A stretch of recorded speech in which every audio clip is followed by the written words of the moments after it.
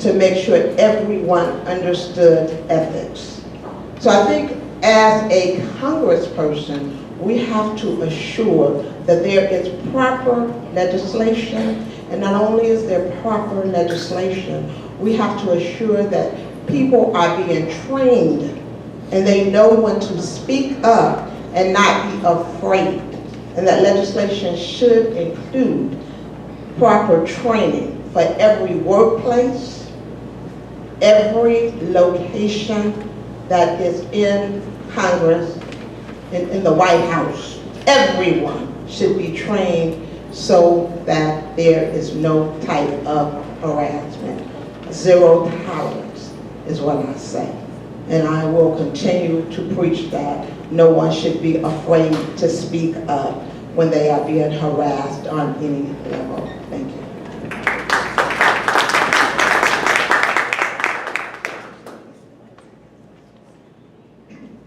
Thank you. This is what I've learned in my time in the private sector and also running the city of Westland, is that the culture in your organization, it starts at the top. Your employees will emulate your actions, and it's the same way when you have children. Your children will emulate what the parents do. I can tell you in our organization, both in the private sector and at the city of Westland, is we have zero tolerance for this. And so my office, my Washington office, and my district offices will be ran the same way. In my time as mayor, I've created opportunities for females. They've always had opportunity in my administration. In my time, I've had 2 deputy mayors that were females. All up and down my administrative team, you'll see females that have come in, have performed at an extremely high level. At one time, most of my executive team were females. And I feel a little bit bad because I've lost some of them, and it's because they've done such a great job for the city of Westland. It's opened doors for them, and they've gone on to pursue other career opportunities. So I really think that the culture comes down to the person that's in charge. So my office in Washington, my district offices here, it will be a zero tolerance. We're there to represent the people. We're there to do the people's work. We'll do it with integrity, and we'll do it with respect. Thank you. The next question will be given 1 minute, starting with Kimberly Hill-Knott. The 13th congressional seat that you were campaigning for was previously held for 53 years by John Conyers Sr. Should we consider term limits for Congress?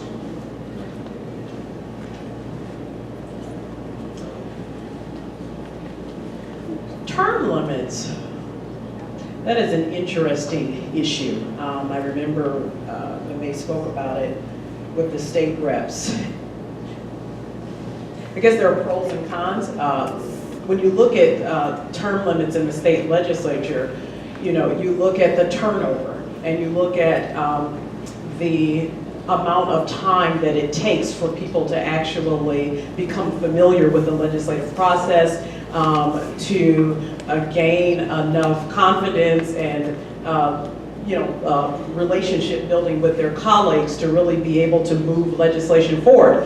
If you know anything about legislation, it can take a very long time to move it forward, depending on the piece of legislation that is being introduced. And so I think that, when you look at term limits, it certainly cannot be 4-year terms or very short terms. If we're going to institute a term limit in Congress, it must be enough time for members of Congress to actually be able to effectively move legislative forward and have a very strong mark in their legislative career. Additionally, many people would argue that term limits are really when people vote. And so when people get tired of people being in office, that's their term limit. And so I'm not certain at this time what I would do if I believe in that, but I do not believe that a term limit that is for a short period of time would be advantageous to respective legislative districts,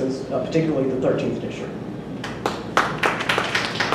This is a great question because the National Council on State Legislatures actually looked at Michigan, and we have the most egregious term limits. What they said is that it actually has hurt us more than help us, probably because out of any other state, We are only, you can only serve about 6 years, 3 terms in the state house, and you can serve 2 terms in the state senate. This doesn't mean that we shouldn't look at this issue in the Congress.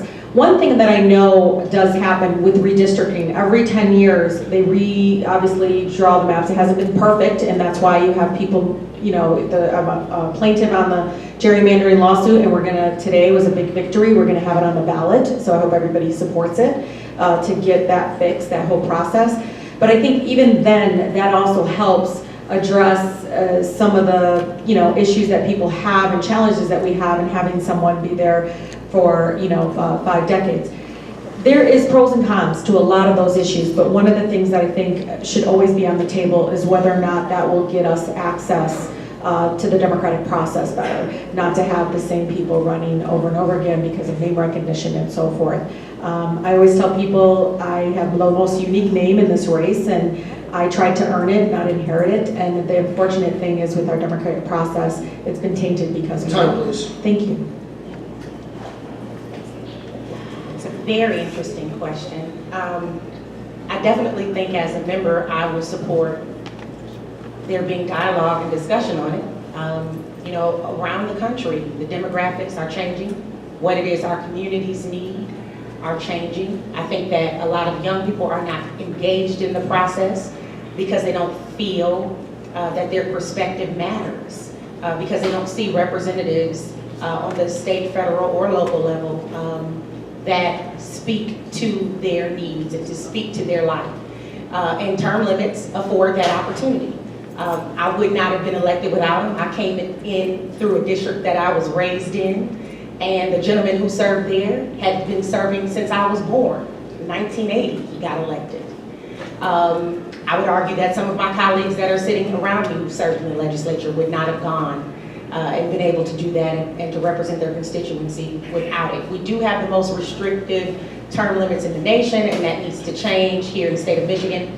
But, you know, I don't think, and I'm saying this completely respectfully, I don't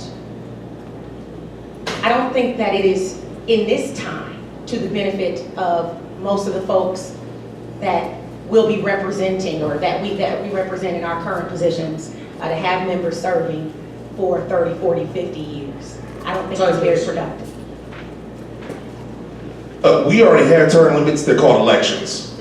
And if you think that someone is doing a great job, vote them in. If not, you know how to do that too. Thank you. I think that as soon as you learn the job, you on your way out the door. We need experienced, competent leadership. I got a 12-year record of getting things done.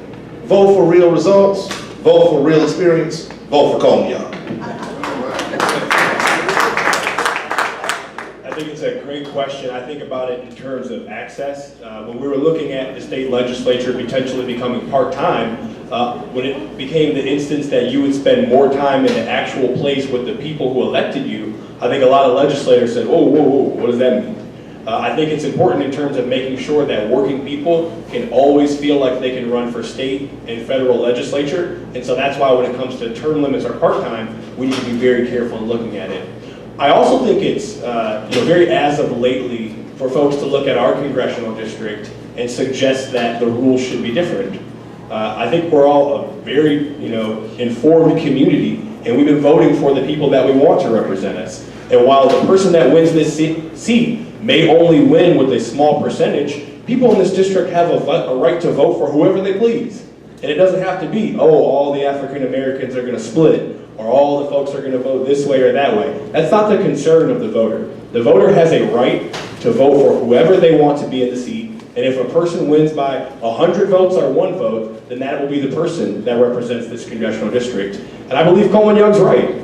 Elections have consequences, but elections are also where we decide who will represent us each and every year. So it's a very important question. I would not vote to remove or to create a system in which we have to, choose someone differently just because they've ran out. When I first got elected to the state senate, I really wish that the person that said, Conyers, what do you want to work on? Do you care about education, prison reform? That came to me and said that was a fellow legislator and not a lobbyist. Because that's how it is right now. Lobbyists are running the state, lobbyists are running our federal government, and we need to get the money out of politics. That's the real problem with this election process. Thank you. Thank you so much for that question. I think it's a very interesting question and a very good question. Term limits has its pros and it has its cons. And I think that as a United States House of Representatives, you are the decision maker of how long a person actually serves. When you say term limits, remember the term is only for 2 years. Each term is only 2 years. And so you want someone that's going to be effective. You want someone that's going to be there to hear what your concerns are. You want someone that's going to be able to go back to Congress and make the laws of what your concerns are. And if you look at term limits, how long is too long? How short is too short? 2 years is the term. And so what you say, 6 years, 6 terms, which is 12 years. So I think it has its pros, I think it has its cons, and I will go along with what you as the voters say. If you want term limits, then you are my boss, and that's what it would be. So I will go along with the will of the people. I am going to go along with the person in the back that's holding up and saying time and give the mic to the young lady.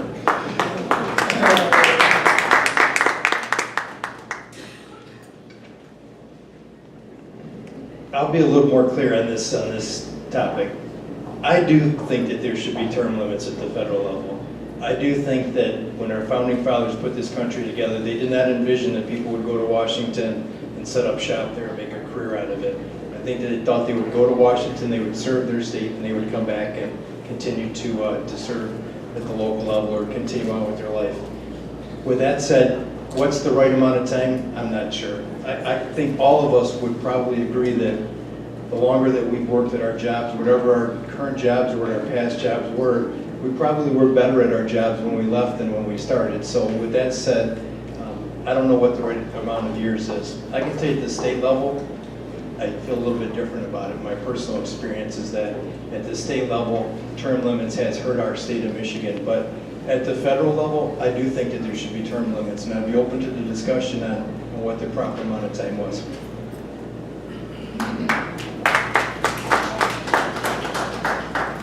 So this is something I've thought about quite a bit, considering my father was in Congress my entire life. We had the conversation about retirement, and I personally do believe term limits should at least be explored.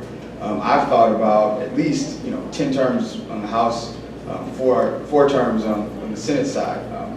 I think at a certain point, leadership, there needs to be a turnover in leadership.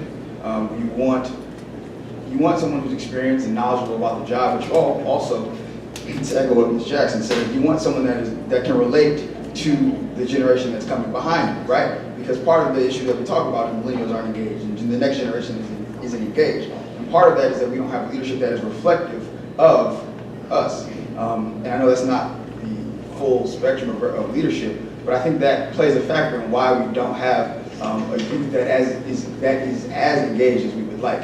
So I'm not sure. Time? No. So I think I answered. Thank you.